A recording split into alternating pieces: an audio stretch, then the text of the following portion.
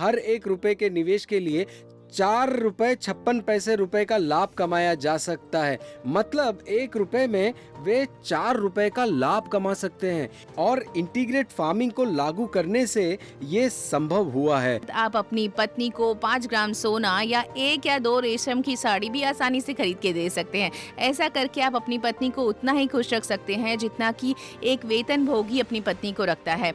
मैंने इसे व्यावहारिक रूप से अनुभव किया है, इसलिए मैं आपको ये बता रही हूँ। अगर मुझे 1 कुंटे से 600 रुपए मिलते हैं तो मैं 1 एकड़ में इंटीग्रेटेड फार्मिंग के लिए 6,500 रुपए कमा सकता हूँ। नमस्कार दोस्तों, आज के इस वीडियो में हम एक ऐसी खेती के मॉडल के बारे में बात करने जा रहे हैं जो आपको साल भर कमाने का मौका देगा।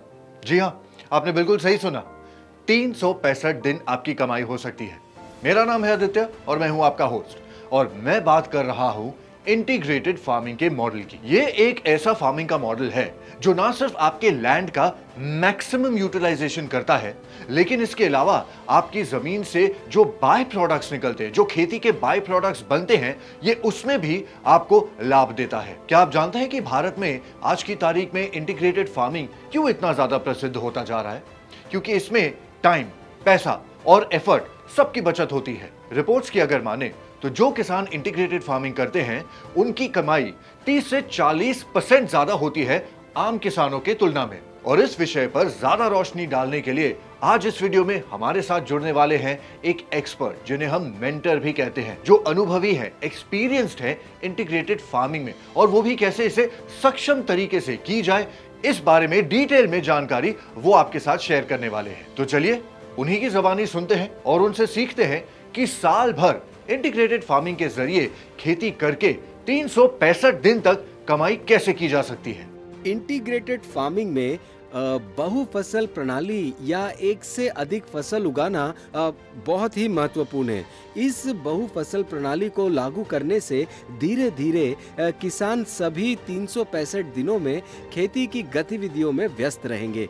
ये अधिक उपज और अधिक आय प्राप्त कर सकते हैं और आरामदायक जीवन जी सकते हैं। दर में गिरावट की स्थिति पर विचार करें।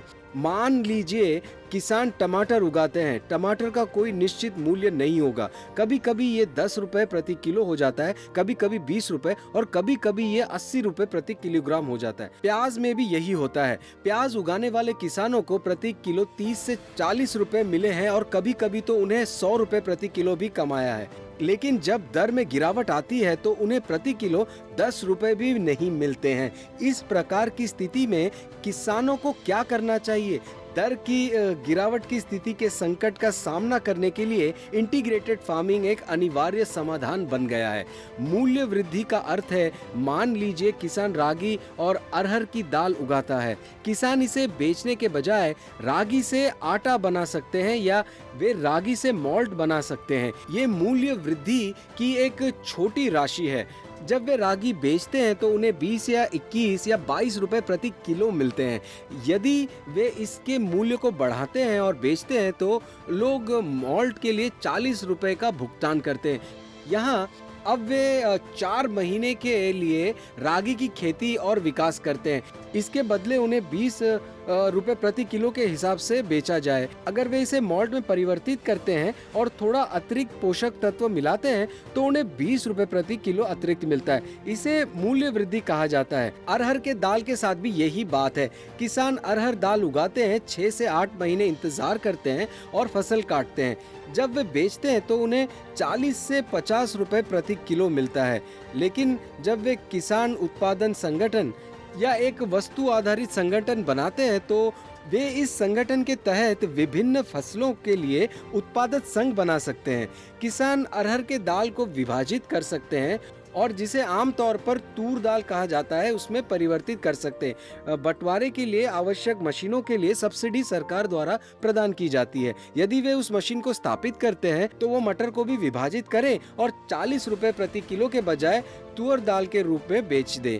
अर्थात मूल्य को बढ़ाकर आप अधिक लाभ कमा सकते। एक ही चीज डेयरी फार्मिंग के साथ भी है। किसान दूध बेचते हैं, दूध बेचने के साथ वे संघ बना सकते हैं और मिठाई तैयार कर वो भी बेच सकते हैं।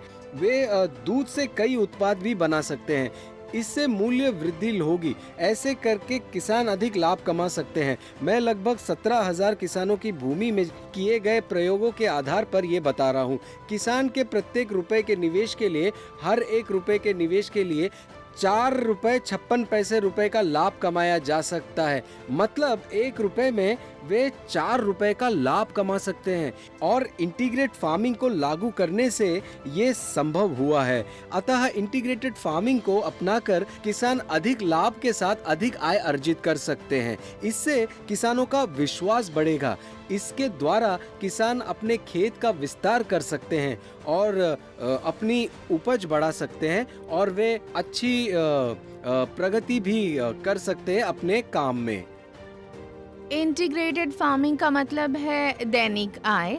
हमें एक या दूसरी फसल से आमदनी होती रहती है। यह कृषि आधारित या बागवानी आधारित हो सकता है।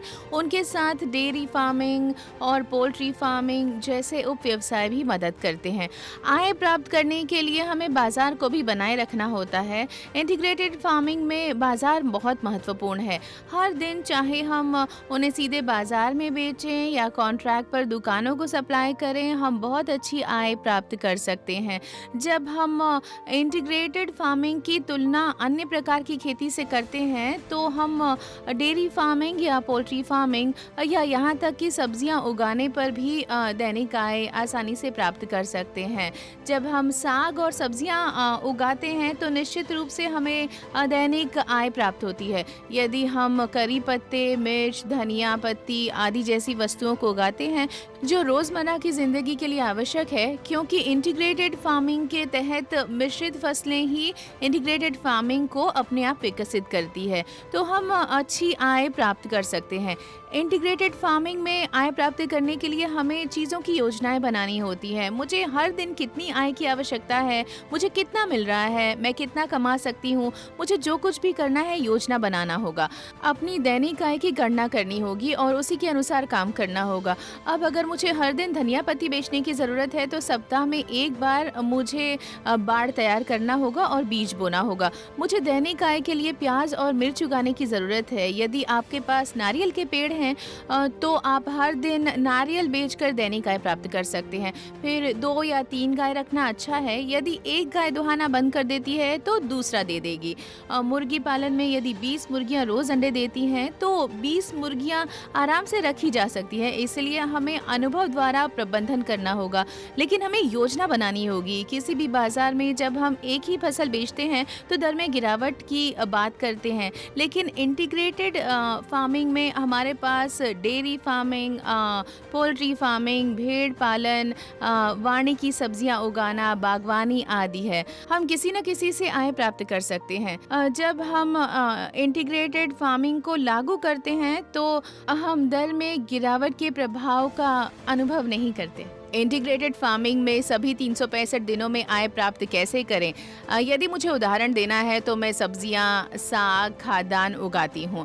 मैं बागवानी, वन खेती, पशुपालन भी करती हूं। मैं हर हफ्ते बाजार में सब्जियां बेच सकती हूं। हर 3 या 4 महीने में मैं खाद्यान्न जैसे काला चना, हरा चना, चना दाल या मूंगफली बेच सकती हूं। अरहर की दाल और मक्का जैसी फसलें 6 महीने में एक बार तैयार हो जाती हैं। सब्जियां हर हफ्ते बिकने के लिए तैयार हैं। त्योहारों के दौरान हम कैसे मैनेज करते हैं, चाहे वो उगादी हो या नए साल का उत्सव या दीपावली, उस समय के दौरान यदि हमारे पास भेड़ें हों तो मैं आपको 40 से 50 भेड़ों के साथ शुरू करने के लिए नहीं कहूँगी। आप 4 या 5 भेड़ों के पालन के साथ शुरुआत कर सकते हैं। प्रत्येक भेड़ आपको पालने के लिए खर्च में कटौती करने के बाद भी कम से कम 10,500 या 11,000 रुपये प्राप्त कर सकते हैं। आपको 4 से 5 भेड़ के लिए न्यूनतम 50,000 रुपये मिलते हैं। यदि आप अपने खर्च के रूप में 25,000 की कटौती करते हैं तो शेष 25,000 आपके होंगे। इसके साथ आप अपनी पत्नी को 5 ग्राम सोना या 1 या 2 रेशम की साड़ी भी आसानी से खरीद के दे सकते हैं। ऐसा करके आप अपनी पत्नी को उतना ही खुश रख सकते हैं जितना कि एक वेतनभोगी अपनी पत्नी को रखता है। मैंने इसे व्यावहारिक रूप से अनुभव किया है, इसलिए मैं आपको ये बता रही हूँ। फिर इसके साथ ही मैंने बताया कि मैं डेयरी फार्मिंग करती हूँ। मैं सप्ताह में एक बार दूध की आपूर्ति करती हूँ। प्रत्येक बुधवार को हम अपने साप्ताहिक मेले के दौरान दूध देते हैं वे मासिक आधार पर भुगतान करते हैं। ये मासिक वेतन की तरह आता है। इसके साथ हम अपने प्रावधानों, खाद्य पदार्थों, बच्चों के लिए नए कपड़े, उनके लिए किताब खरीद सकते हैं, स्कूल की फीस का भुगतान कर सकते हैं। हमें पैसे के लिए दूसरों से भीख नहीं मांगनी पड़ती। इसलिए भले ही आपके पास 1 एकड़ ज़मीन हो, अगर आप इंटीग्रेटेड फार्मिंग प्रणाली की योजना बनाते हैं और उसे लागू करते हैं तो आप वर्ष के सभी 365 दिनों में आय की उम्मीद कर सकते हैं। दर में गिरावट की स्थितियों के दौरान संकट का सामना करने के लिए इंटीग्रेटेड फार्मिंग से बेहतर दूसरा कोई तरीका नहीं है, क्योंकि यहाँ हम एक चीज़ पर बिल्कुल भी निर्भर नहीं रह सकते हैं। एकल फसल प्रणाली में हम केवल एक ही फसल उगाते हैं। मुझको पूरा यकीन है कि ये वीडियो आपको काफी दिलचस्प लग रहा है ना? लेकिन वीडियो में आगे बढ़ने से पहले आपको बताना चाहता हूं कि अगर आपको एक डिटेल कोर्स चाहिए इंटीग्रेटेड फार्मिंग पर, जहां एक मेंटर की ही जबानी शुरुआत से लेकर के अंत तक डिटेल में चैप्टर्स में डिवाइड करके सारी जानकारी आपको दी जाए, तो फ्रीडम ऐप को डाउनलोड जरूर करें और बहुत ही एक छोटी मतलब मिनिमल कॉस्ट पर आप इंटीग्रेटेड फार्मिंग के कोर्स को डाउनलोड कर सकते हैं। ये बहुत मददगार कोर्स है, बहुत सारी इंफॉर्मेशन और जानकारी आपको मिलेगी, वो भी सीधा फ्रॉम द हॉर्सेस माउथ कहते हैं ना, मतलब एक्सपर्ट की ही जबानी। लेकिन अभी फिलहाल के लिए चलिए इस वीडियो की तरफ वापस आते हैं। अगर दर गिरती है तो हमें भी उसके साथ खुद को ढालना होगा, लेकिन इंटीग्रेटेड फार्मिंग प्रणाली का विकल्प नहीं है, क्योंकि यहाँ आप कई विभिन्न तरीकों को अपनाते हैं। एक आइटम के लिए दर गिर सकती है, लेकिन सभी के लिए नहीं। इस तरह सब कुछ को शानदार तरीके से संतुलित करने की प्रणाली को इंटीग्रेटेड फार्मिंग प्रणाली कहा जाता है। दर में गिरावट के समय ये एक ईश्वर का उपहार है, क्योंकि किसानों को मेरा सुझाव है कि एकल फसल प्रणाली का पालन करने के बजाय बहु फसल प्रणाली को अपनाइए। यदि आपके पास विभिन्न कृषि प्रणाली का पालन करके खेती करने का मौका है तो कृपया उसे लागू करें और श्रम लागत को कम करके यांत्रिक खेती की ओर अग्रसर हों। मैं हमेशा किसानों को खेती की लागत कम करने का सुझाव देती हूँ। खेती की लागत को कम करने और आय के स्रोतों को विभाजित करने का प्रयास करें। जब आप खेती की लागत को कम करते हैं तो आपको जो भी लाभ मिलता है वो लाभ के रूप में रहता है। फिर जब आप आय के स्रोतों को विभाजित करते हैं और जब भी आप विभिन्न स्रोतों के आय प्राप्त करते हैं तो आप स्थायी आय वाले किसान बन जाते हैं। दैनिक आय प्राप्त करने के केवल 2 तरीके हैं, एक पशुपालन है, दूसरा फूलों की खेती। इन दोनों के अलावा यदि आप स्वयं अपनी फसलों का विपणन करते हैं, यदि आप सीधे पास के शहरों और शहरों के बाजारों में जाकर अपनी फसल बेचते हैं तो आपको दैनिक आय प्राप्त होती है। मैं नारियल उगाता हूँ, मैं इसे खोपरे में परिवर्तित करता हूँ। मैं निवेदन नारियल या नारियल नहीं बेचता। मैं किसी अन्य उद्देश्य के लिए नारियल का उपयोग नहीं करता। मैं केवल कोपरा बनाने के उद्देश्य से नारियल उगाता हूँ। मैं इस कोपरे का स्टॉक रखता हूँ और बाजार में सुधार होने का इंतज़ार करता हूँ। ये एक बात है। अन्य फसल जो मैं उगाता हूँ वो है एवोकाडो। एवोकाडो कुछ दिनों के लिए पेड़ों पर रह सकते हैं, उन्हें तोड़ने की कोई जल्दी नहीं। जब बाजार में दर बढ़ती है तो मैं एवोकाडो की कटाई और बिक्री कर सकता हूँ।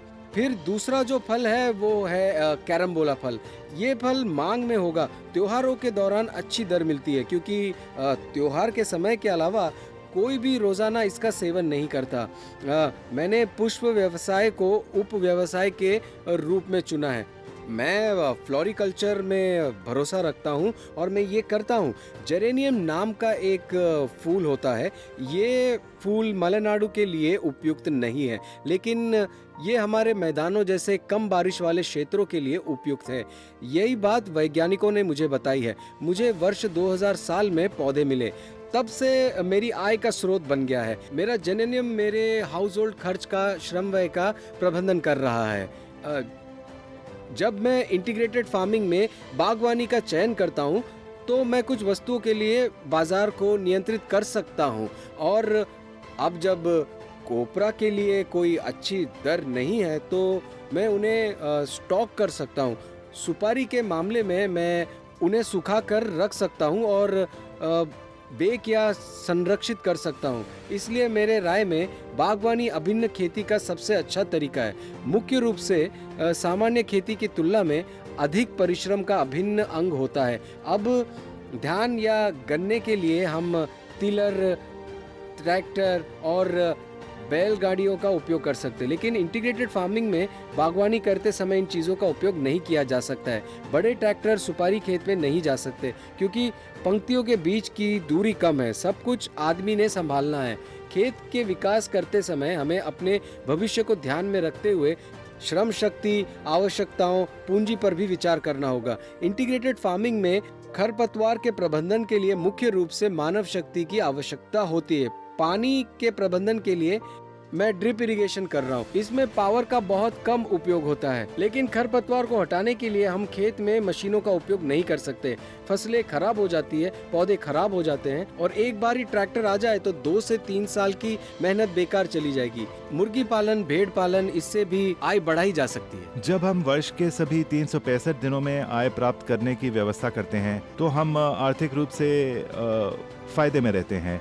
जब आप मालेनेडु पर विचार करते हैं तो सुपारी यहाँ की मुख्य फसल है। इसके साथ ही मैं इलायची जैसी वैकल्पिक फसलें उगाता हूँ। अब सुपारी अक्टूबर से जनवरी तक फसल के लिए आती है तो उस दौरान आय उत्पन्न होती है। मैं सुपारी की प्रसंस्करण और बिक्री की व्यवस्था करता हूँ। जनवरी तक कोई समस्या नहीं है। फरवरी के बाद काली मिर्च की कटाई शुरू होती है। इससे आय उत्पन्न होने लगती है और कार्यों का प्रतिबंधन होता है। सामान्य तौर पर अप्रैल तक मैं इस आय के साथ प्रबंधन कर सकता हूँ। सामान्य तौर पर अप्रैल तक मैं इस आय का प्रबंधन कर सकता हूँ। उसके बाद लगभग जून इलायची तैयार हो जाती है। इलायची जून से अक्टूबर तक उत्पन्न करते हैं। इसके बीच में जायफल एक बारिश का फसल है। ये बरसात के मौसम में बढ़ता है, इसलिए मैं जायफल को बेचने की प्रक्रिया करता हूँ। इस तरह मैं वर्ष भर में अच्छी आय प्राप्त कर सकता हूँ। इसके अलावा जब बाजार गिरता है तो हमें उन फसलों को संसाधित करने के लिए एक आदत बनानी चाहिए जो हम बढ़ाते हैं और उन्हें संरक्षित करते हैं। इसके साथ ही वर्ष के सभी 365 दिनों पर आय प्राप्त करने के लिए हमें उन व्यवसायों का अभ्यास करना चाहिए। डेयरी फार्मिंग मुझे पूरे साल अपने कब्जे में रखती है, चाहे हम इसे छोटे पैमाने पर करें या बड़े पैमाने पर, हम पर निर्भर करता है। जब हम हर दिन डेयरी के दूध की आपूर्ति करते हैं तो आय दैनिक खर्च के लिए काम आती है। जानवरों आदि की देखभाल करने के लिए साथ ही हमें प्राप्त होने वाली उत्पादों का उपयोग खेती में फिर से किया जा सकता है। फिर मधुमक्खी पालन। बरसात के मौसम में थोड़ी समस्या होती है, अन्यथा वर्ष के बाकी समय में हम इस आय को प्राप्त कर सकते हैं। इसके अलावा मत्स्य अप्रैल मई के दौरान साल में एक बार मछली पालन से आमदनी होती है। पूरे साल की मेहनत एक बार में भुगतान करते हैं। इस तरह हमें उन व्यवसायों का अभ्यास करना होगा जो साल में एक बार आय देते हैं। मैं नारियल उगाता हूँ। नारियल साल भर में आय उत्पन्न करता है। मैंने जिन पेड़ों को सीमाओं के साथ लगाया है वे मुझे पॉकेट मनी देते हैं। यदि मुझे प्रति माह 1000 से 2000 नारियल मिलते हैं तो ये पर्याप्त है।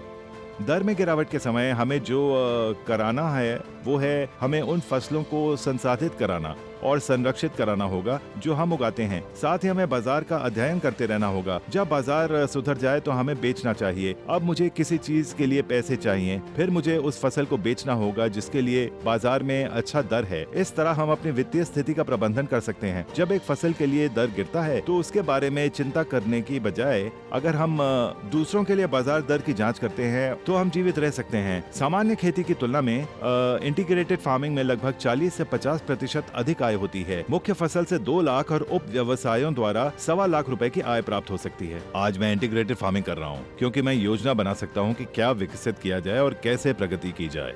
अब मैंने अपने क्षेत्र में वर्ग बना लिए हैं। वे 25 फीट लंबे और 20 फीट चौड़े हैं। एक वर्ग में मैंने बीन्स लगाई हैं। मुझे इससे पता चलता है कि मुझे कितनी उपज मिलेगी। जब मुझे इस बात का अंदाजा हो जाता है तो मैं उस स्थान से कितना मिलता है तो मैं उन फसलों को उसी आकार के इन वर्गों में उगाना शुरू कर देता हूँ। हाल ही में 20 फीट वर्ग के इस 25 फीट में मुझे 10 किलो मिले। मूंगफली का मैंने 10 किलो बेचा। मूंगफली 300 रुपए। ये चौकोर लगभग आधा कुंटा आकार का है। अगर मुझे आधे कुंटे से 300 रुपए मिलते हैं तो एक कुंटे के लिए मुझे 600 रुपए मिलते हैं। अगर मुझे एक कुंटे से 600 रुपए मिलते हैं तो मैं एक एकड़ में इंटीग्रेटेड फार्मिंग के लिए 6500 रुपए कमा सकता हूँ। बीन्स के साथ साथ मैं फल फूल भी उगाता हूँ। मैंने 20 फीट जगह पर 25 फीट में फूलों का पौधा लगाया है और मुझे 1500 रुपए तक की आय हुई। मैंने इन फूलों को नहीं लगाया क्योंकि दर कम है।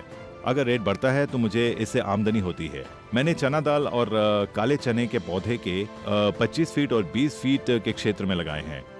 मैंने काले चने की फसल ली है, लेकिन फिर भी उपज की मात्रा का पता नहीं चल पाता। भले ही मुझे 4 किलोग्राम पैदावार, मुझे आधे रुपए में आधी जमीन मिलती है। दूसरी तरफ मेरे आसपास काला चना है, मुझे उसमें से लगभग 600 रुपए मिल सकते हैं। यदि हम सभी 365 दिन आय प्राप्त करना चाहते हैं तो हमें इंटीग्रेटेड फार्मिंग करनी होगी। हमें पेड़ लगाने होंगे। बरसात के मौसम में हम किसी भी फसल को उगा सकते हैं। गर्मियों में हमें पेड़ों से फल मिलता है, हम उन फलों को बेचकर आय प्राप्त करते हैं। हमें साल भर में 2 फसल उगाने की जरूरत है। मैं पहले ऐसा नहीं कर रहा था, मैंने ये गलती की थी। इंटीग्रेटेड फार्मिंग के साथ हर किसी को जामुन, करहल, मक्खन, फल या काजू या चीकू जैसे फल उगाने की जरूरत है।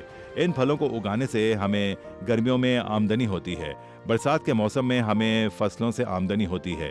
इस तरह जब हम एक वर्ष में 2 प्रकार की फसलें उगाते हैं तो हम किसानों को वित्तीय समस्या का सामना नहीं करना पड़ता। मैं ये सबको बताना चाहता हूँ। दैनिक आय प्राप्त करने के लिए एक तरफ हमें डेयरी फार्मिंग और दूसरी तरफ कृषि करनी होगी। साथ ही हमें पेड़ उगाने चाहिए और प्रकृति की रक्षा करनी चाहिए। अगर हम इस तरह से इंटीग्रेटेड फार्मिंग करते हैं तो चिंता की कोई बात नहीं।